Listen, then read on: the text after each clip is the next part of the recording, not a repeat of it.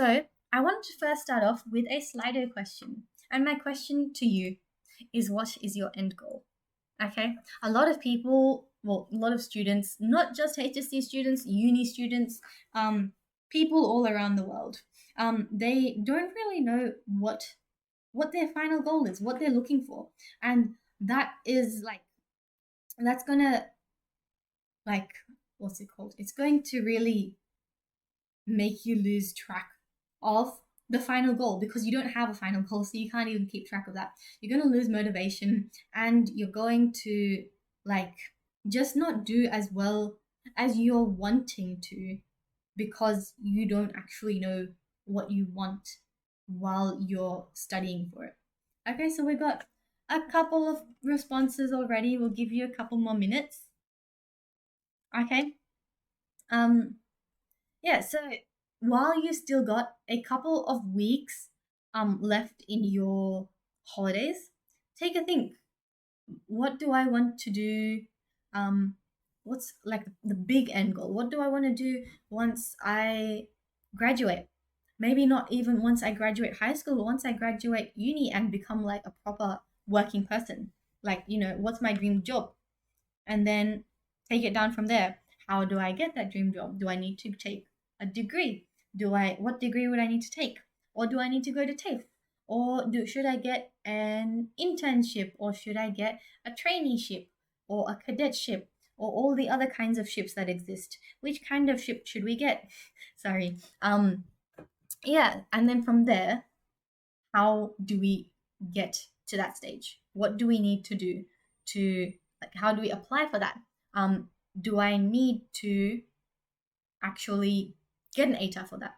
And then from there, we're going to go even lower, like smaller, and we're going to figure out what is what's required of me in terms of marks, what's required of me in terms of the effort that I need to put in to consistently get to where I want to go.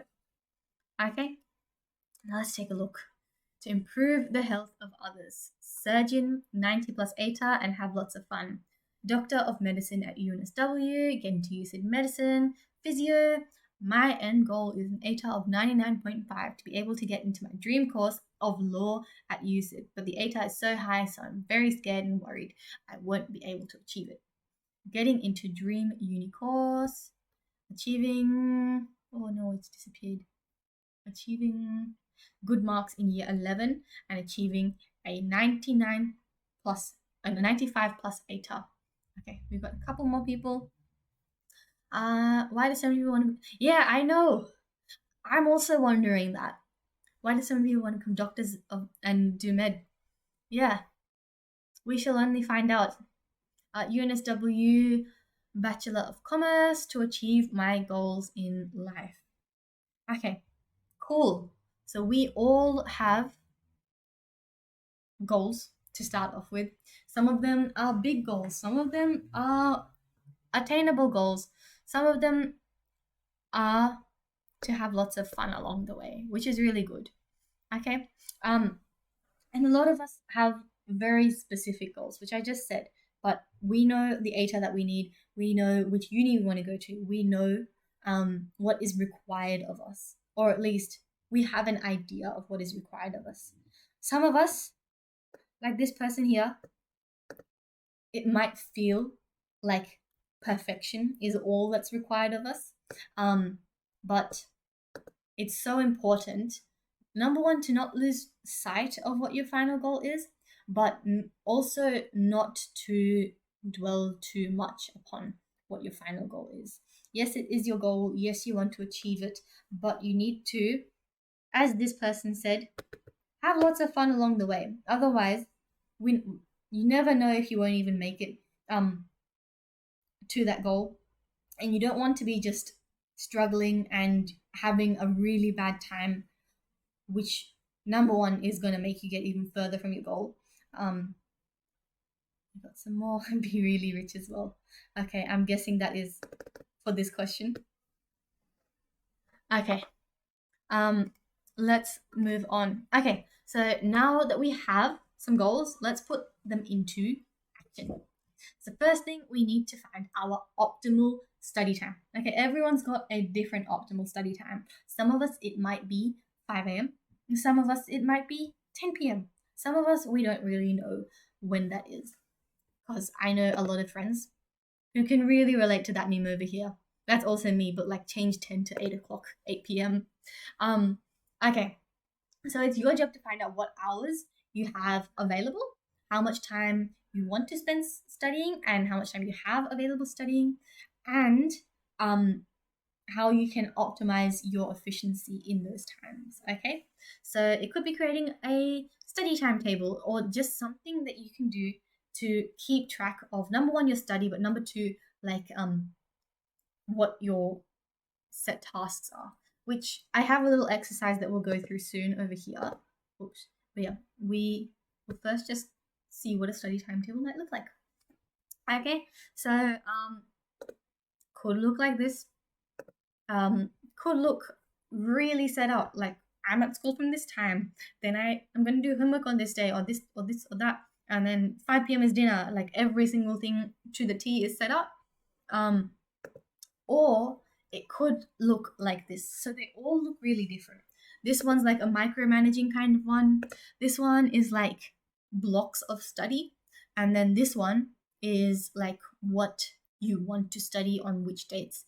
And I think it depends on who you are and what your needs are, for you to decide what you actually need. For me personally, I was more of a this person and a this person, but I'll go through all of what worked for me in the next slide. Okay, so I would start with my school diary, which I obviously took in my backpack all day, and this is where I would write, stuff like I have maths homework. This is my homework. Chemistry homework, more maths homework, English homework, and then like school events like Mufti Day. And then from there, I would have my weekly planner. This was my study timetable basically. This one wasn't specifically for year 12 because I didn't keep a photo of those. So this was just from like some random week in semester 1 for uni. But I've got what I need to do. So which subjects am I going to study for today? And then in the bottom, like my work, but up the top, which subjects I'm going to study for, and I'm going to break it down into small things. Okay, I've got what? I can't even read that. I've got like lecture 5, like watch lecture 5, Zoom Q&A at 9 o'clock, and then start on the Indigenous systems writing task or something like that. Okay, so like just small steps of what I'm going to do. And if you're anything like me, you get that little serotonin boost every time you like tick something off, so you make like even smaller steps. But yeah, and then in the bottom I've got like all of my like exam or like things that are due and what date they're due. Okay, then there's more.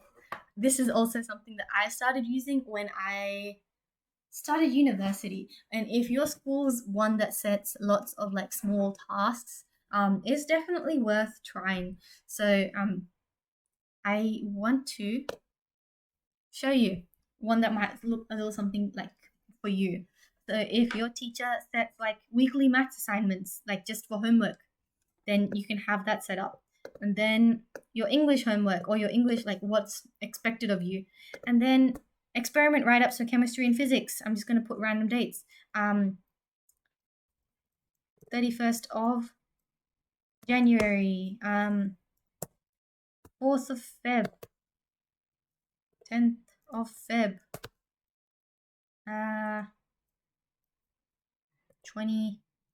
30th of March, 1st of April, 3rd of Feb, and 7th of March. Okay, so these are all of my things, and they're all going to be 0%. Okay, they're not the right color. Don't let them be the wrong color. Okay. So you can set things up, just your small tasks that number one could be based on what your school like has as their like mini tasks, or as you get closer to the HSC and you want specific goals, you want to set up, I want to have done the 2022 HSC practice, like past paper, by the 1st of October. And I want to have done this on this date and this date and this date. Then this is super duper helpful just for you to keep on track of your own expectations. And it really helps. Okay, so I've got this, and now we're going to, oh no, I forgot how to do it. Wait, sort, custom sort, and we're going to sort by due date, newest to oldest, and we're going to go. And that's how you do it. So I personally live by this as a uni student now. When I have heaps and heaps of tasks, you can see, where did my PowerPoint go? That's just a tiny snippet. I end up having hundreds of cells, like hundreds of long cells, full of all my tasks. And I used that for semester 1 last year. I used it for semester 2 last year. And I honestly plan on using it for all of my upcoming semesters for the rest of my uni adventures. And then this was my monthly planner as I got closer to the HSC. So the ones in grey are the days that I have my HSC like exams, and then on the white is like my block timetable. On this day I'm going to study 2 UMaths and chemistry. On the next day I'll spend physics and 3 UMaths, stuff like that. Okay, and you can see I've got days off as well. Sunday this day and Sunday that day. I have nothing on. Okay. Okay. Now actually going back to the content. So secondly, knowing what to study. I have spoken a lot about this throughout the whole entire session, and I shall continue speaking about this. Okay, sorry. And I shall continue speaking about this. So, number 1 is to take a look at your syllabus. If you are a STEM student, print out your syllabus. You know how they have the checkpoints? Have them by your side in your binder that goes to school with you every day, and tick them off as you go. Or I have never done this, but I've always wanted to, and now I'm no longer a HSC student, so I can't. But use that highlighting method where you have, like, you know, the yellow, the green, and the pink.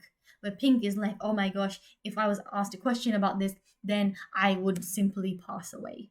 And then there was the green, where I was like, yes, make the whole HSC about this paper, make the whole HSC about this subject, because I am officially a professional. And then yellow is like, yeah, you could ask me questions about it. Not the most confident, but I'm also like pretty good at it. Yeah, so if you go through while you're studying and do that like traffic light method, that would also be really helpful. Okay, so everything that you could possibly be assessed on is in the syllabus. So I don't like the word memorized, so I'm gonna hyphenate it. So that's what we need to focus on. Okay, so the next question that a lot of people have asked, and we've already gotten some questions on it, which is to write notes or not to write notes. That is the question.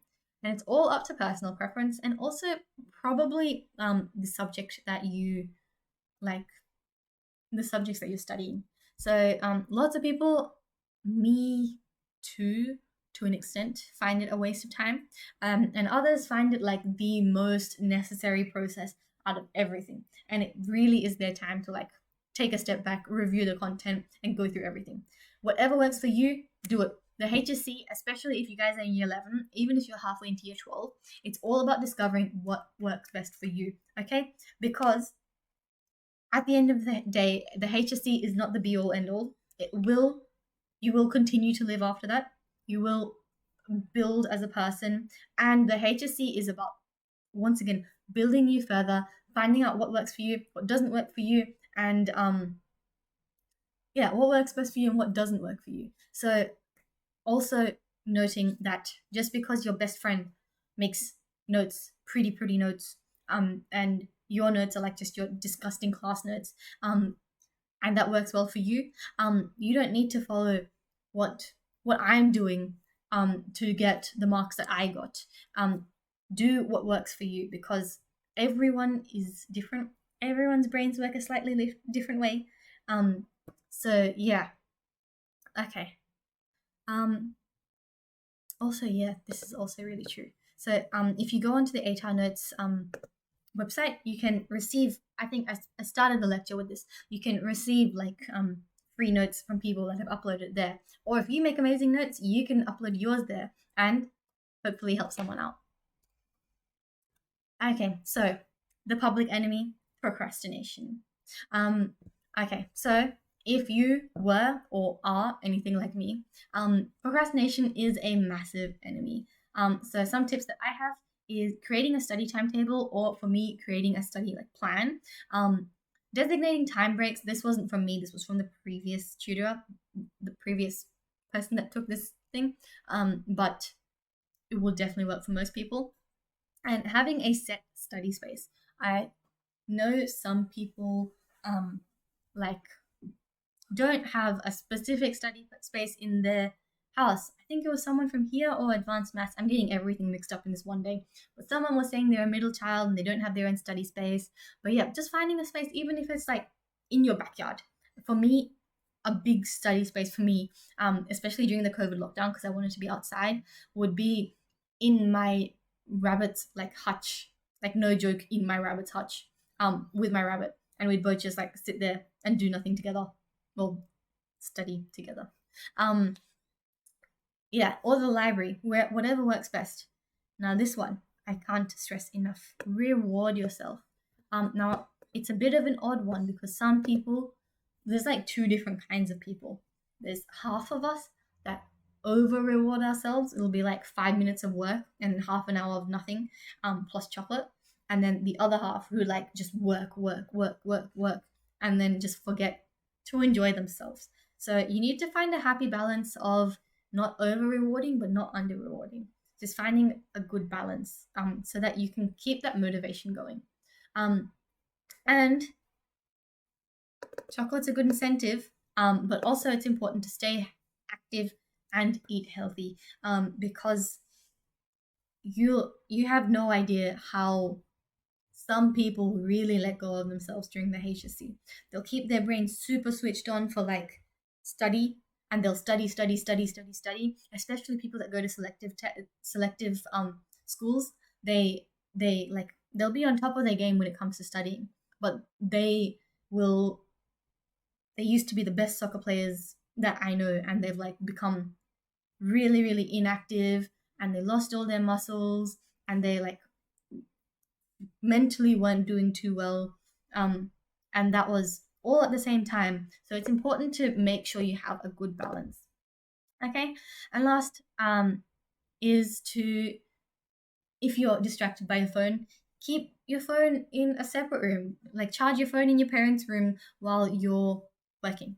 Okay, or I think there's also like there's a few apps that you can have that like grow trees while you're studying or something, which I always think is nice. Okay, now let's go through like exams. So the exams for most cases, like okay, exams for humanities and I think the creatives as well include multiple choice followed by short answer and then extended response, which is usually an essay at the very least one. And then English is short answer followed by extended response for paper 1. And then 3 extended responses for paper 2. Math is multiple choice followed by short answer. So is the STEM subjects. So like physics, chemistry. Yeah. And then engineering studies. I think that one was a pretty good test. I didn't take that one, but it was like just short answer or something like that. Now all exams have different sections, so you should familiarize yourself with the structure of each exam before sitting them. So this will calm your nerves definitely, but also it'll just get you a bit more used to what's happening. So you're going to save yourself a little bit of time as well, which would be nice. Yeah, okay. Lucky last is don't forget that you've got reading time. Okay? Sometimes it's 5 minutes. I think possibly English paper two. I forget. Maths extension one is 5 minutes. But a lot of them are 10 minutes reading time. So that gives you time to go through and not just do the multiple choice, okay, in your head. But use the time to look over all the questions, and like actually look, like not properly read every single question, but skim over every question and then be like, oh, I'm not too confident in that. We're going to need to spend some more time on question 14. Oh, question 26 is looking disgusting. We're going to need an extra 10 minutes on that for sure. Stuff like that, and just mapping out what you might need to focus on more. Are you going to do the paper in a different orientation? Are you going to focus on the hard ones first or the hard ones last? Whatever works best for you. And yeah, just choose what's going to work. And then, yeah, so once you've taken a look at the extended response, then you can take a look at the short answers. Yeah. Okay. Time management in exams. Now, in most cases, you shouldn't listen to the recommended time in each section, because it kind of just splits it really nicely for you. But it'll give you like 45 minutes of multiple choice, which you do not need 45 minutes of multiple choice. But or maybe you might need, like, it depends on the kind of person that you are. If you're really indecisive, I found, like, in biology especially, not I didn't do the biology in the HSC, but I did biology last semester and the semester before in uni. And multiple choice, I was so indecisive, so I needed extra time in multiple choice just so I could clear my head and like pick correctly like what's the correct answer. So find out which areas take more time for you, and then dedicate more time towards that. And yes, I would like to also write this.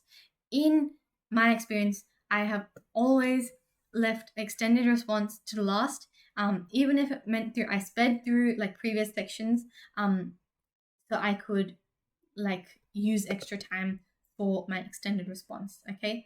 And also try to leave 10 minutes at the very least. I know it says 5. I like 10 minutes to double check over your work and make sure you didn't make any crazy screw ups, especially for maths. Okay. So just in terms of multiple choice. So number 1, don't be afraid to really annotate your paper. Okay. Sometimes process of elimination is the easiest way to go through it. So use it.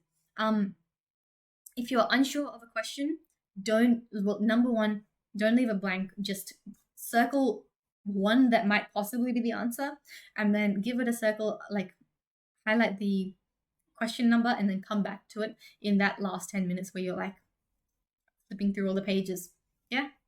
Okay, final few notes. Okay, don't be afraid to ask questions to me, to your teacher, to your friends, to previous students, to anyone. Okay? If you got a question about the HSC, about your subjects, about uni, about anything, ask away.